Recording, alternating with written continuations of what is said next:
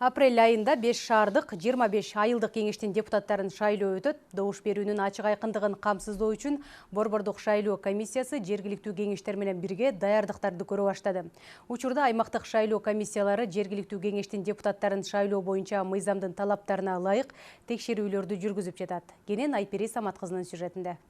Таза, шайлоо, туруктуу, өнүгүүгө, өбөлгө. Алдыдагы жергиликтүү кеңештердин депутаттарын ачык, таза тандоо үчүн Борбордук шайлоо комиссиясы даярдык көрө баштады. То есть за 30 календарных дней 30 календардык күндө талапкерлердин тизмесин каттап аяктайт. Андан кийин гана үгүт иштери башталат. Азыр жергиликтүү кеңештеги шайлоону текшерүү үчүн участкалык комиссия түзүлдү. 216 шайлоо тилкесинде добуш берүү өтөт. Тизмелер илинген. Участкалык комиссиялардын мүчөлөрү окуудан өтүп жатышат. Алар учурда тизмени такташууда. Андан кийин шайлоочулардын тизмесине тийиштүү өзгөртүүлөр болот. Өлкө дайыма добуш берүү адилеттигин камсыздоону алдыга коюп келет. Буга чейин мамлекет шайлоо эрежелерин алдын ала белгилөө, туруктуу болуусуна жетишүү максатын койгон. Эрежелер шайлоого 1 жыл калганда бекемделип, кийин өзгөртүүлөр киргизилбеши керек деген президент Сооронбай Жээнбеков жогорку кеңеште белгилеп, шайлоо процессине өзгөчө көңүл бурган. Шайлоо жана референдум өткөрүү боюнча комиссиялар жөнүндөгү мыйзамга өзгөртүүлөрдү кабыл алып бердиңиздер. Парламентаризмди өнүктүрүүгө түздөн түз таасир эткен мыйзамдарды кабыл алуу менен өлкөбүздүн келечегине чоң салым коштуңуздар. Жаштардын, улуттардын, аялдардын ден соолугунун мүмкүнчүлүгү чектелген адамдардын квоталар боюнча жакшы мыйзам нормалары бар.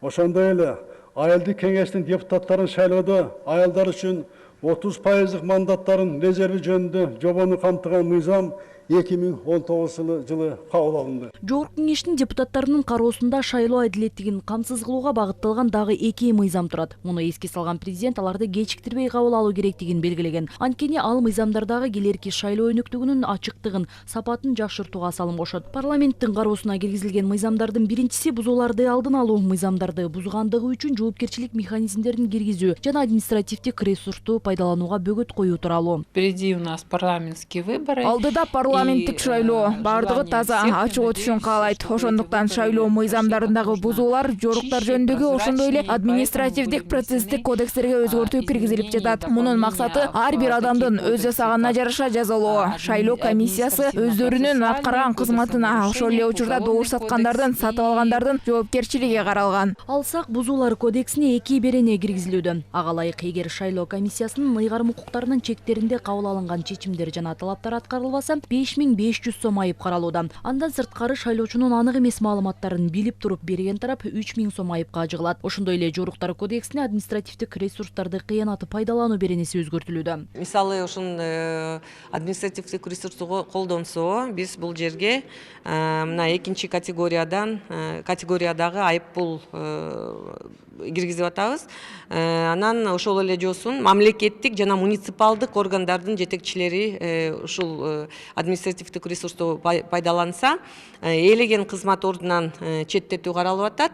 1 жылдан 2 жылга дейри. Анан мына экинчи категорияда айып пул салынып атат. Бул экинчи категория болсо 30 миңден 60 миңге дейри. Ушул эле жоруктар кодексинде кызмат ордуна шайлануучу адам тарабынан анык эмес маалыматтар берилсе, 1-2 категориядагы айып пул түрүндөгү жазага тартылат. Бул жазалардын өлчөмдөрү 20 000 сомдон 60 000 сомго дейри. Андан сырткары шайлоочу тарабынан акча же материалдык баалуулуктарды алуу беренеси да киргизилүүдө. Мындай учурлар катталса, 20 000 сомдон 30 000 сомго чейин айып пул каралган. Бул жерде бир эскертүү бар.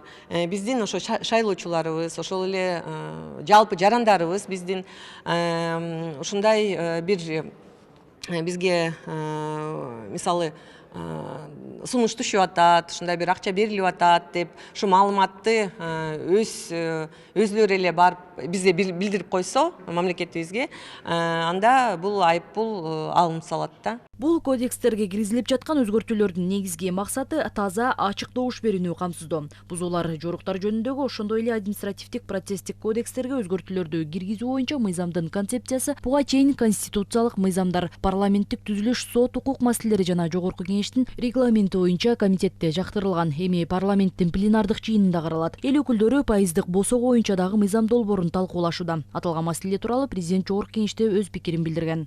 Ушу саясий партиялардагы лидерлер, фракциялардагы коомдагы буга даяр эмес.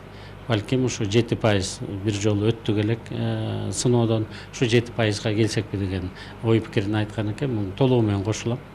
негизинен эле биз кечиктирилгис чара катары президент өлкөнүн башчысы келип айткандан кийин ушул мыйзамдарды өткөзүп кабыл алышыбыз керек эле. Анткени оюндун тартиптери шайлоо башталганга чейин. Быйыл шайлоо башталып калды десек болот да.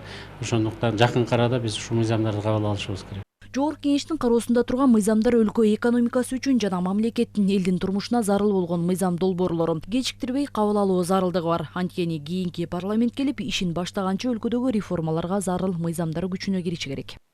Айпери Самат кызы, Бакыт Кыязов, ЭлТР, Бишкек.